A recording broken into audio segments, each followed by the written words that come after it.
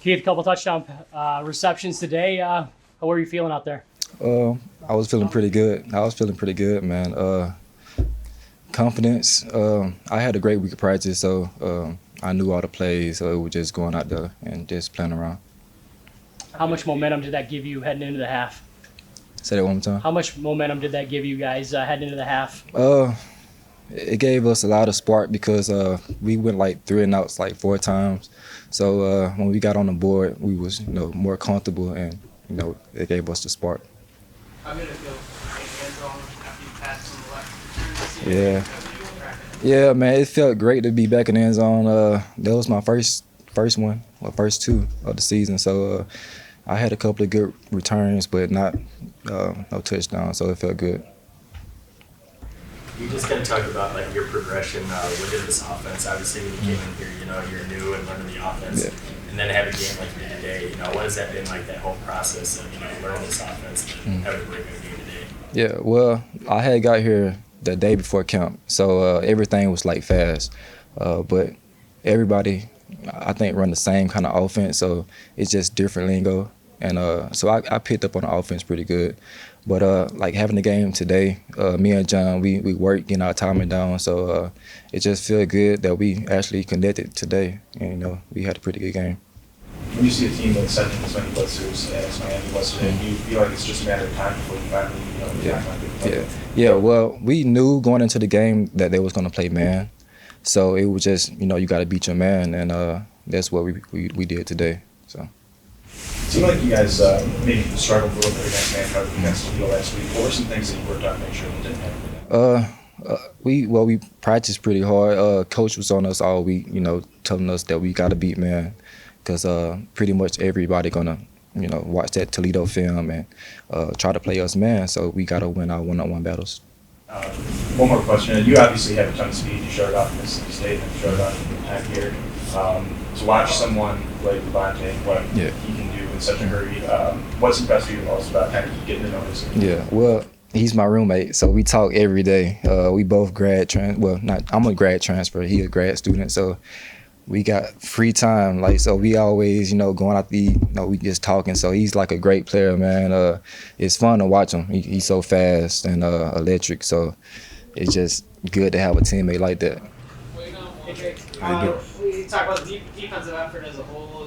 Offense was a little slow going early, and you guys, you played 6 kind of helped spark things. So what was the mindset at that point? Defensively, I think just us coming out there doing everybody's 1-11. That's what we say. Just do your job, and opportunities are gonna come, and that's what we gotta do. Is you gotta keep going as a defense. Yeah, take me through that pick 6 too. It looked like you read it well, and you were in the right place at the right time, and then just got the ball. Yeah, I don't know. He kind of gave it to me, so I just took it. Yeah, so I just saw his eyes, saw the quarterback, the running back flare out, sat on it, and I just got to get home now.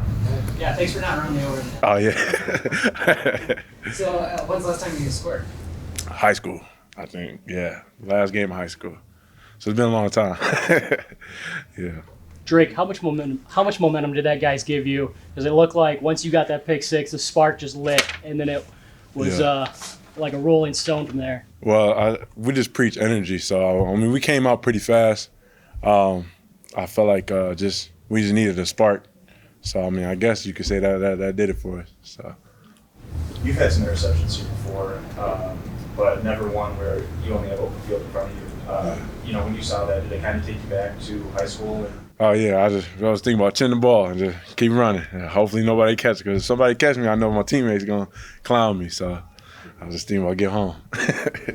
Obviously we saw in camp, how the defense is coming along. Maybe they didn't come to fruition early on in the season, but now to see the defense the way playing the way it is, what is it like just seeing it click like this right now? Like I said, it's just everybody's just doing their 111th. And when we do that, we can fly around. We can have as much energy as we want, but everybody just got to do their job specifically and just hit it downhill. So, yeah, it's fun playing with these guys. I love them. So. 3 interceptions. What allowed you guys to be so successful against the passing? D-line, getting off the ball. So, D-line was just getting home. Ali, Balbani, Ralph, even the interior guys. You know, everybody just getting home, having fun. So I mean, that you get that, it's easy to get the ball. So. Do you feel like after some, solid performances and maybe some ones that you'd like to put behind you, that this is finally, this was finally your chance to put together full 4 quarters and, come out and establish yourselves? That's funny you say because, past games, it felt like we always play either a half or 3 quarters. It was fun to actually come out and play all 4 quarters. Throughout the week, we just been preaching, let's go. Let's play a full 60 minutes of football, and that's what we did today. So. Seems like after a loss, you guys tend to bounce back pretty big. It happened again today. Is there a different message you get after a loss or something that propels you guys? Not necessarily. I feel like it's just we preach that we gotta do our 111th, and if we do that, we can win games. I mean, you get in some tough games, you win some, lose some, whatever. But if you do your job, you'll win more than you lose. Excited about our defensive performance. I mean, we've been talking about defense wins championships for years, and I feel like this group, as they play in this defense every game, they're understanding it more. They're getting more confidence. We obviously got a lot of players over there, but they're making plays, and they kept us in the game. I thought I liked our game plan. We knew it was going to be a running, kind of like the Central Michigan last year game, run.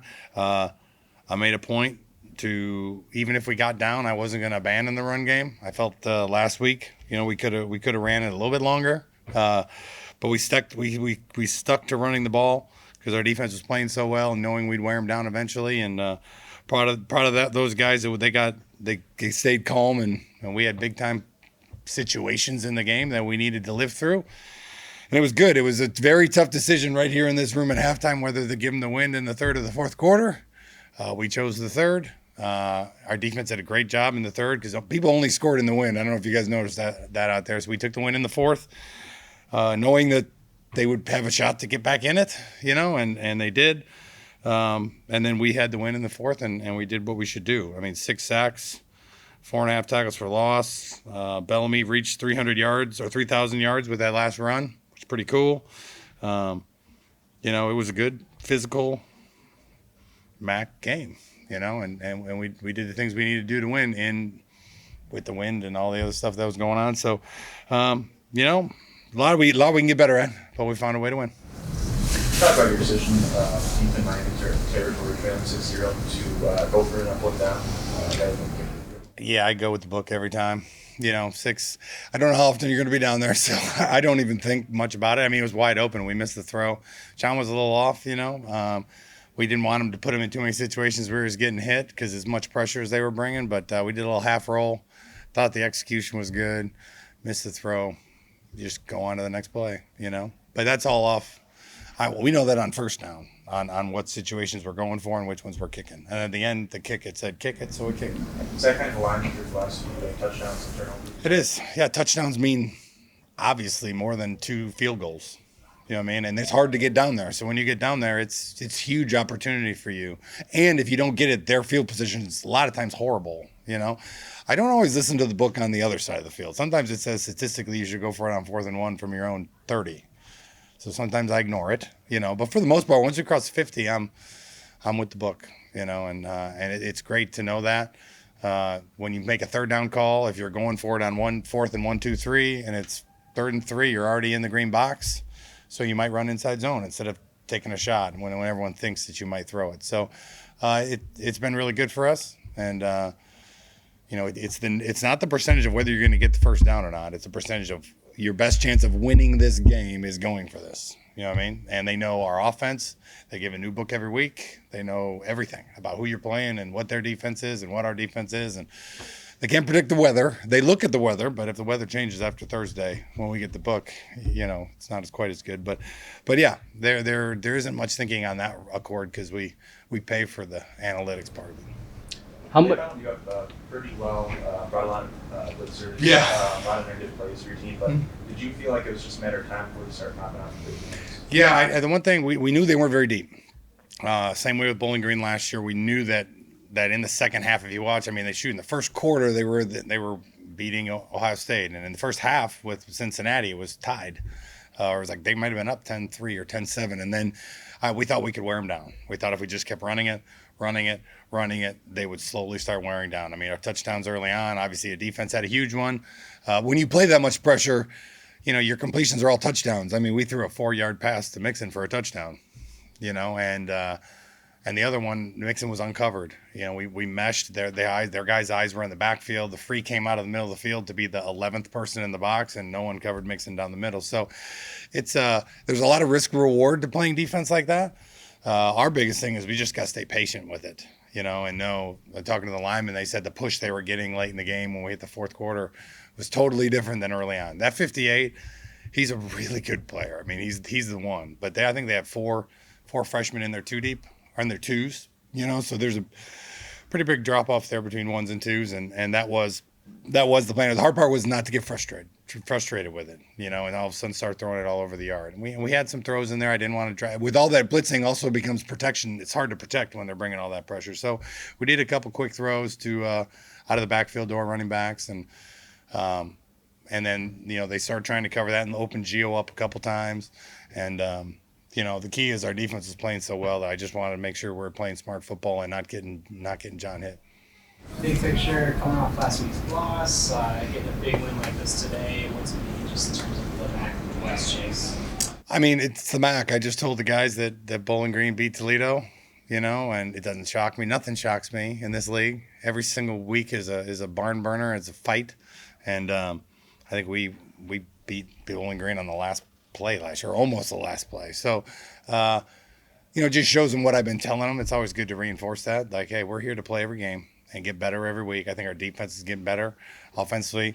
I don't think we've played really well the last couple weeks. John's banged up a little bit, but he's getting better and, played healthier. We'll continue to get better. The freshman receivers, I can't wait to see the film, but we had a game plan in this week. This week we had a game plan that was not, we weren't going to throw it around the yard. We were going to just run the ball, take a couple shots, and lean on our offensive line, because I thought that was our biggest advantage. We could have, if we got down a lot, we would have opened it up. In 2-minute drill we did, and we went down and scored. But that wasn't the way. Didn't give us our best chance of winning. It was fun to watch them execute a game plan. Like, this is what we're doing. This is how it's going to happen. No matter what happens, we're going to stick to it. And man, it was just fun being on the sideline watching the defense play too, because that's an unbelievable performance by them. You said you're not surprised by anything from there, but does Levante Bellamy surprise you at all? Today that juke move that. Oh my Lord! Did you see that one? Whew, I don't know how he didn't go down. I mean, it was. I kind of, where I was standing, I thought he was down, and then when he kept going, and I just heard the people up in the booth. I hear their reaction in my ear, and it was holy, something, and then he kept running, and the lineman came over after the touchdown. We're like, what happened? I'm like, I don't know, but I heard it was something crazy. Like he somehow put his hand down, and they brought Sam off the edge, chased the play down. We were switching up a couple of our calls late. They had a week to prepare for us. They had a lot of our things dialed in, and I give them credit. They did a good job. We tried to run one protection, and they had it. The moment they saw the formation, they overloaded us, and sack, So having 2 weeks to prepare helped them. So we started moving the back around, and I actually was like, hey, we're going to run this play. We're going to change the back so they don't know where it's at, and it didn't work because the Sam just came and bent, and but Bell's made it happen. He was getting frustrated, and we talked on the sideline, and I said, hey, you're a great player, and this is when great players make plays, in the fourth quarter. And he looked me in the eye and said, it's going to happen, and then it happened the first time, and he came over to me, and then he hit another one, and he said, I told you it was going to happen, just stay patient. And, he got it flagged for high-fiving a fan. You can't touch the crowd, I guess. It's not Lambeau Leaps or flags. So they were nice. They were like, hey, he can't high-five the fans.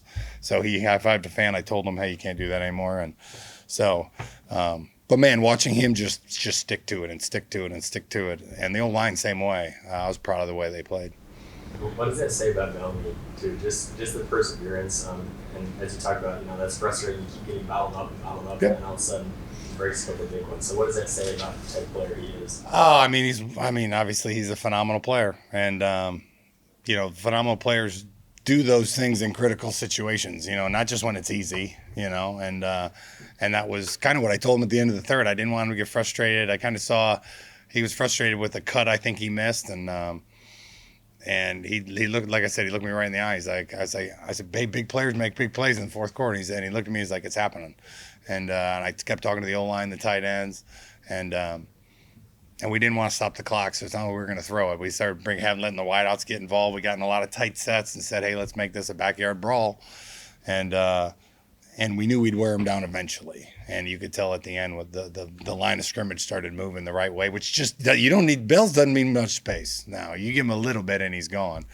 And a couple of those runs were some of his best. And that's what I think was the coolest part about it is, I mean, he made a lot of that happen himself. A couple of times we opened a hole for him. Last one, he was untouched. It was a great blocking scheme and everyone did a great job. But a lot of those were all him, and that's, I mean, he's got a big heart and picked the team up, put him on their shoulder. We needed him. Defense was doing their job, but we needed to make a play, and Bells went out there and did it. And it seems like Mixon, he's more involved in the offense by the week. Mm-hmm. Was it just a matter of time before, he had a breakup? We knew in this coverage. I mean, our slot receiver last year in this game had a huge game. We knew that matchup was a good one. We kept telling him, Mix, like, this is going to be a big game for you. We had a way to get him down the middle. We had a way to get some rubs for him, to get him across the middle, which we hit both for touchdowns. We knew with the wind he might have a chance to return one. That's the only thing we didn't get going, But yeah, we knew this week with the way they played their defense that the slot receiver was going to have the best matchup. And man, we didn't throw much, but when we did, he made big plays. He's getting comfortable, and we just have to continue to grow as an offense. How much momentum did that pick six give you guys? Woo, how about it, huh? I didn't even see. I mean, I heard, I watched the replay, and it was a peel blitz, and young quarterback, didn't see the blitz or peel. And, I mean, the 3 picks, that's the momentum. You knew it was going to happen, and that was the biggest thing, is to stay patient with it.